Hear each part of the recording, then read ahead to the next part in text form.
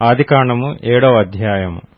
యెహోవా, ఈ తరము వారిలో నీవే నా ఎదుట నీతిమంతుడివై యుండుట చూచితిని గనుక నీవును నీ ఇంటివారును ఓడలో ప్రవేశించుడి. పవిత్ర జంతువులలో ప్రతి జాతి పోతులు 7 పెంటులు 7, పవిత్రములు కాని జంతువులలో ప్రతి జాతి పోతును పెంటియు 2, ఆకాశ పక్షులలో ప్రతి జాతి మగవి 7, ఆడువి 7. నీవు భూమి అంతటి మీద సంతతిని జీవముతో కాపాడునట్లు నీ యొద్ద ఉంచుకొనుము. ఎందుకనగా ఇంకను 7 దినములకు నేను 40 పగళ్లను 40 రాత్రులను భూమి మీద వర్షము కురిపించి నేను చేసిన సమస్త జీవరాశులను భూమి మీద ఉండకుండా తుడిచివేయుదునని నోవహుతో చెప్పెను. తనకు యెహోవా ఆజ్ఞాపించిన ప్రకారము నోవహు యావత్తూ చేసెను. ఆ జలప్రవాహము భూమి మీదకు వచ్చినప్పుడు నోవహు 600 ఏండ్లవాడు. అప్పుడు నోవహును అతనితో కూడా అతని కుమారులను అతని భార్యయు అతని కోడండ్రును ఆ ప్రవాహ జలములను తప్పించుకొనుటకై ఆ ఓడలో ప్రవేశించిరి. దేవుడు నోవహునకు ఆజ్ఞాపించిన ప్రకారము పవిత్ర జంతువులలోను అపవిత్ర జంతువులలోను పక్షులలోను నేలను ప్రాకు వాటన్నిటిలోనూ మగది ఆడుది జత జతలుగా ఓడలోనున్న నోవహునొద్దకు చేరెను. 7 దినములైన తరువాత ఆ ప్రవాహములు భూమి మీదికి వచ్చెను. నోవహు వయసు యొక్క 600 సంవత్సరము 2వ నెల 17వ దినమున మహాగాధ జలముల ఊటలన్నీయు ఆ దినమందే విడువబడెను. ఆకాశపు తూములు విప్పబడెను. 40 పగళ్లను 40 రాత్రులను ప్రచండ వర్షము భూమి మీద కురిసెను. ఆ దినమందే నోవహును నోవహు కుమారులగు షేమును హామును యాపెతును నోవహు భార్యయు వారితో కూడా అతని 3 కోడండ్రును ఆ ఓడలో ప్రవేశించిరి. వీరే కాదు, ఆయా జాతుల ప్రకారము ప్రతి మృగమును, ఆయా జాతుల ప్రకారము ప్రతి పశువును, ఆయా జాతుల ప్రకారము నేల మీద ప్రాకు ప్రతి పురుగును, ఆయా జాతుల ప్రకారము ప్రతి పక్షియు, నానా విధములైన రెక్కలు గల ప్రతి పిట్టయు ప్రవేశించెను. జీవాత్మ గల సమస్త శరీరాలలో 2 ఓడలోనున్న నోవహునొద్ద ప్రవేశించెను. ప్రవేశించినవన్నీయు దేవుడు అతనికి ఆజ్ఞాపించిన ప్రకారము సమస్త శరీరాలలో మగదియు ఆడుదియు ప్రవేశించెను. అప్పుడు యెహోవా ఓడలో అతని మూసివేశెను. ఆ జలప్రవాహము 40 దినములు భూమి మీద నుండగా జలములు విస్తరించి ఓడను తేలచేసినందున అది భూమి మీద నుండి పైకి లేచెను. జలములు భూమి మీద ప్రచండముగా ప్రబలి మిక్కిలి విస్తరించినప్పుడు ఓడ నీళ్ల మీద నడిచెను. ఆ ప్రచండ జలములు భూమి మీద అత్యధికముగా ప్రబలినందున ఆకాశమంతటి క్రిందనున్న గొప్ప పర్వతములన్నీయు మునిగిపోయెను. 15 మూరల ఎత్తున నీళ్లు ప్రచండముగా ప్రబలెను గనుక పర్వతములను మునిగిపోయెను.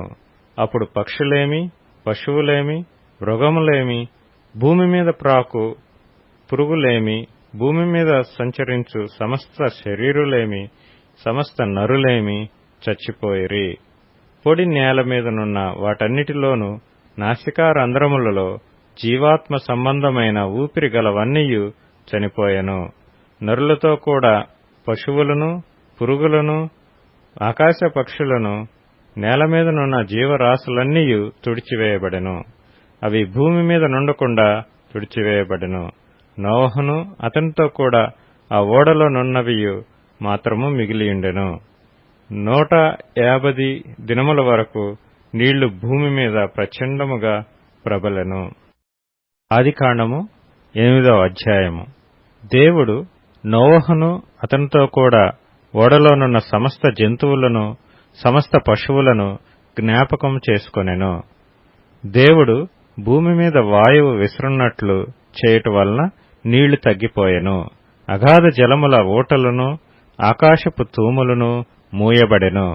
ఆకాశము నుండి కురియుచున్న ప్రచండ వర్షము నిలిచిపోయెను.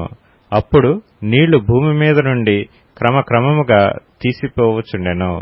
150 దినములైన తరువాత నీళ్లు తగ్గిపోగా 7వ నెల 17వ దినమున ఓడ అరారాతు కొండ మీద నిలిచెను.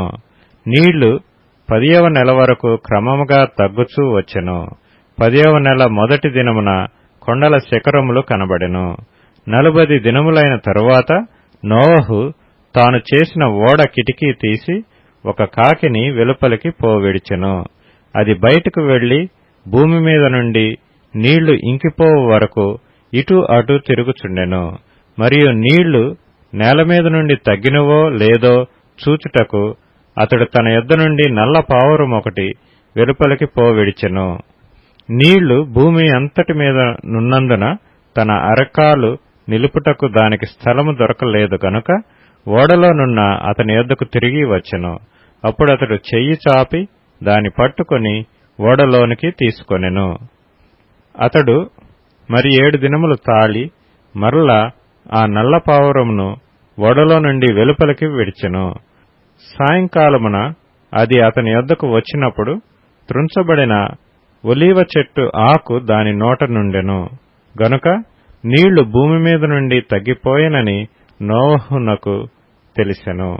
అతడింకా మరి 7 దినములు తాళి ఆ పావురమును వెలుపలికి విడిచెను. ఆ తర్వాత అది అతని యొద్దకు తిరిగి రాలేదు. మరియు 601వ సంవత్సరము మొదటి నెల తొలి దినమున నీళ్లు భూమి మీద నుండి ఇంకిపోయెను. నోవహు ఓడ కప్పు తీసి చూచినప్పుడు నేల ఆరియుండెను. 2వ నెల 27వ దినమున భూమి ఎండియుండెను. అప్పుడు దేవుడు, నీవును నీతో కూడా నీ భార్యయు నీ కుమారులను నీ కోడండ్రును ఓడలో నుండి బయటికి రండి. పక్షులు పశువులు భూమి మీద ప్రాకు ప్రతి జాతి పురుగులు మొదలైన సమస్త శరీరులలో నీతో కూడానున్న ప్రతి జంతువును వెంటబెట్టుకొని వెలుపలికి రావలెను. అవి భూమి మీద బహుగా విస్తరించి భూమి మీద ఫలించి అభివృద్ధి పొందవలెనని నోవహుతో చెప్పెను.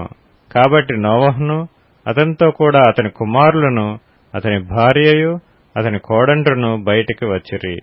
ప్రతి జంతువును ప్రాకు ప్రతి పురుగును ప్రతి పిట్టయు భూమి మీద సంచరించునవన్నీయు వాటి వాటి జాతుల చొప్పున ఆ ఓడలో నుండి బయటికి వచ్చెను. అప్పుడు నోవహు యెహోవాకు బలిపీఠము కట్టి పవిత్ర పశువులన్నిటిలోనూ పవిత్ర పక్షులన్నిటిలోనూ కొన్ని తీసుకొని ఆ పీఠము మీద దహనబలి అర్పించెను.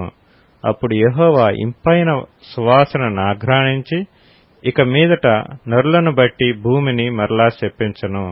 ఎందుకనగా నరుల హృదయాలోచన వారి బాల్యము నుండి చెడ్డది.